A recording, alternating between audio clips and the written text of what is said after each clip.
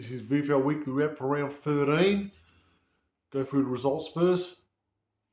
Now, Friday, Box Hill defeated Gold Coast by 97 points at Carrara, 21-16, 142 to 6-9-45. Henry Huswaite, 40 possessions, 12 clearances, 3 goals. Finn McGuinness, 37 possessions, 2 goals. Ollie Greaves, 34 possessions, 9 clearances and a goal. Sam Butler, 32 possessions, 8 clearances, 3 goals. For the Suns, Ben Jepson, 35 possessions, 8 marks. Cooper Collins, 31 possessions, 13 marks. Absolute belting from Box Hill. Gold Coast Suns, absolutely rubbish this year. Friday night a thriller at Frankston Oval. Frankston beat Collingwood by a point, 12-7-79 to 11-12-78. Frankston kicked the last 4 goals of the game. Noah Gowan kicked a point with seconds left to get the job done. Jackson Voss, 31 possessions and a goal. I watched this on the live stream, especially at last quarter. To be honest, I don't know how Collingwood lost that game. Frankston's will got them over the line there. And I'll tell you something, Frankston were very lucky to win that game. Collingwood absolutely ballsed it up big time. Collingwood have lost 6 of their last 7 games. Gets from bad to worse. Frankston, 3 wins, 3 losses in games decided by under 3 goals this year. Now, Geelong, they defeated Southport by 47 points at Fankhouse Reserve, 14-9-93 to 6-10-46. Jacob Dawson's for the Sharks, 34 possessions, 11 clearances and a goal. This is the very first time Geelong have beaten Southport. Geelong have now won 8 in a row. They are absolutely smashing teams. Well, Southport, they've now lost 3 in a row. They are struggling. I don't think they can make finals now. Game in Sydney saw GWS beat Carlton by 69 points, 24-11, 155 to 12-14, 86. Carlton won the hit-out count. Get this, 64-5. An absolute belting. That's ridiculous. Now for Carlton, Flynn Riley, 53 hit-outs, 9 clearances. For the Giants, Ryan Hebron, 5 goals. Carlton now have lost 4 in a row. GWS are 4-1 at home this year. North Melbourne beat Richmond by 63 points at Northport Oval, 18-14, 122 to 11-59. North Melbourne had 118 more possessions, 69 more marks. Richmond, for the second week in a row, have lost by 63 points. I'm surprised this game didn't get moved from Northport Oval, to be honest. Thought the council would have been tight asses, but they weren't. A shit year for Richmond. North Melbourne needed that win. Now, Moorabbin, St Kilda beat Footscray by 37 points, 9-10-11, 125 to 13-10, 88. St Kilda had 123 more possessions, 26 more tackles. Footscray had 43 more hit-outs. Now for the Saints, Matthias Philippou, 42 possessions, 11 clearances and a goal. Jack Carroll, 46 possessions, 10 marks and a goal. St Kilda had 13 goal kickers. They're unbeaten their last 6 games now, the Saints. Footscray lost 7 of their last 8. They're not playing finals this year. They're done. This is the first time they've met since 1896, and that was at the Junction Oval. Now, high-scoring thrill at Trevor Barker Oval. Tasmania 2 good for Sandringham. Win by 36 points. 23-10, 148 to 17-10, 112. Good first quarter. Tasmania 9 goals to 6. Hugh Dixon kicked 5 goals. For the Zebs, Keenan Brown, 32 possessions, 9 tackles, 8 clearances. Tassie won 3 in a row now. They pull off the double against Sandy. Sandy, at the Beach Oval, 1 win, 7 losses, including 6 losses in a row.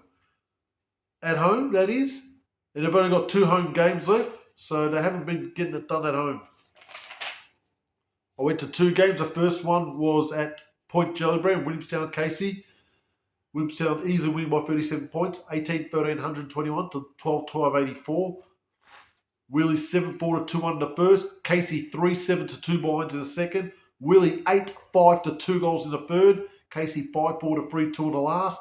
For Willie, Kellen Dawson 4, Heath Ollington 3, Diesel Maloney, Nathan Colenso 2 each. For Casey, Latrell Pickett 4, Jesse Craven 2. For Willie, Toby Triffett 28 possessions, 14 clearances and a goal. Braden Bruce 42 hitouts and a goal.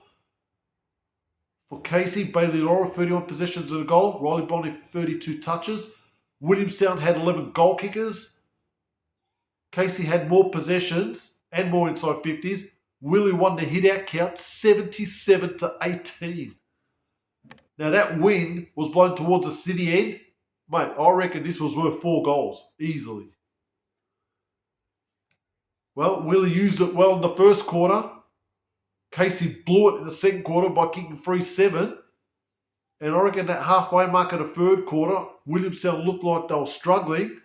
But then they got a roll on in the last 10 minutes and slammed on 8 goals 5 to put the game away. Casey again, indifferent, disappointing. Willie needed that win big time. Obviously, it was a bit of a disappointing crowd because it was very cold and very windy. Lucky it didn't rain. It rained the night before. The ground actually stood up pretty well. It wasn't in bad nick. Maybe because it was very windy, it just dried off the ground. But a bit of a disappointing crowd. Obviously, it was very cold. Good win for Willie. Casey Norton 4 away from home. Willie 4-2 at home. They're back in it now, Willie. And on Sunday, I saw Coburg beat Port Melbourne by 17 points at Coburg City Oval. 16-703 to 12-14-86. Port Melbourne 6 goals to 4 in the first quarter. Coburg 5 goals to 1 in the second. Coburg 5 goals to 2 in the third. Port Melbourne 3-6 to 2-2 in the last. For Coburg, Seb Murphy kicked 3. Now 5 players for Coburg kicked 2 each. Valentine, Trudgeon, Stevenson, Goodman and Hugh Allison. For the Borough, Pat Farrant 3 goals. Luke Alessio 3. Dom Benendo 2. The possessions, Brandon Giller for Coburg, 29 possessions, 10 marks. Jack Vitale, 28 possessions, 8 tackles.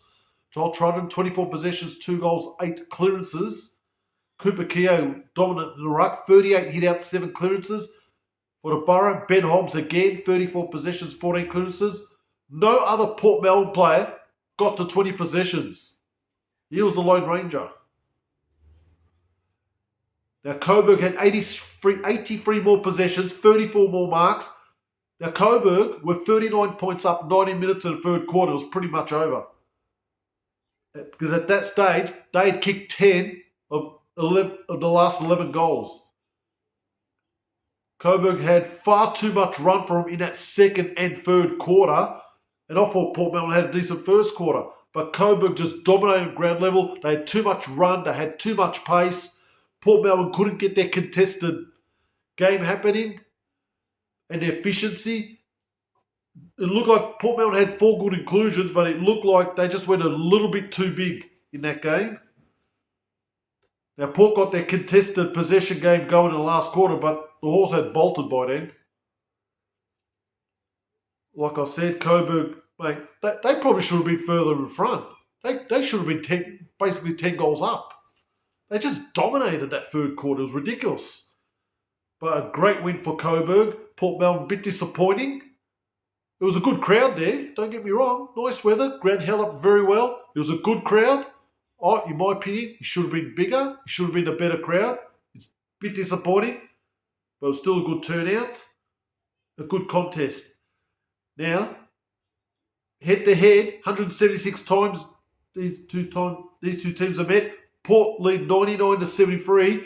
Coburg have won the last 4 against Port Melbourne. They still can't get their 100th win against Coburg. Coburg have won their last 5 games in a row at home. Coburg have won 6 of their last 7. They are back in action. They are ready to go, Jack. A setback for Port Melbourne, but don't worry. If you're a Port fan, there's still some life for them. Great game. The ladder, Geelong are 3 games clear, 11-1. Nobody's touching them at this stage. Box Hill 8-3. Werribee is joined by Tasmania, 7.5 wins. GWS, Williamstown, 7 wins in the top 6. Frankston, Coburg just outside it, also on 7 wins, all separated by percentage. St Kilda snuck into 9th, 6.5 wins. Sydney on 6 wins in 10th spot. Port Melbourne outside now on 6 wins as well. North Melbourne 5.5. I reckon those 12 teams will fight for 10 spots. I know it's still alive and kicking, but I don't think the other teams are going to make it. Even though you got Carlton, Southport, Essendon, Casey all on 5 wins, I don't think any of them have the ability to sneak in the top 10. They're not playing well enough. So I reckon it's at top 10. And Gonski, the rest of them. Footscray, Sandy 4 wins, Collingwood, Richmond 3, Suns 2, Brisbane 1. The goal kickers leading, Brody McLaughlin 33, Corey Ellison 32. Forget about the rest. Now, round 14 games, there's only 8 games. Ridiculous. 6 teams have the bye. I'm not going to mention them. There's a game Friday, Brisbane, Tasmania.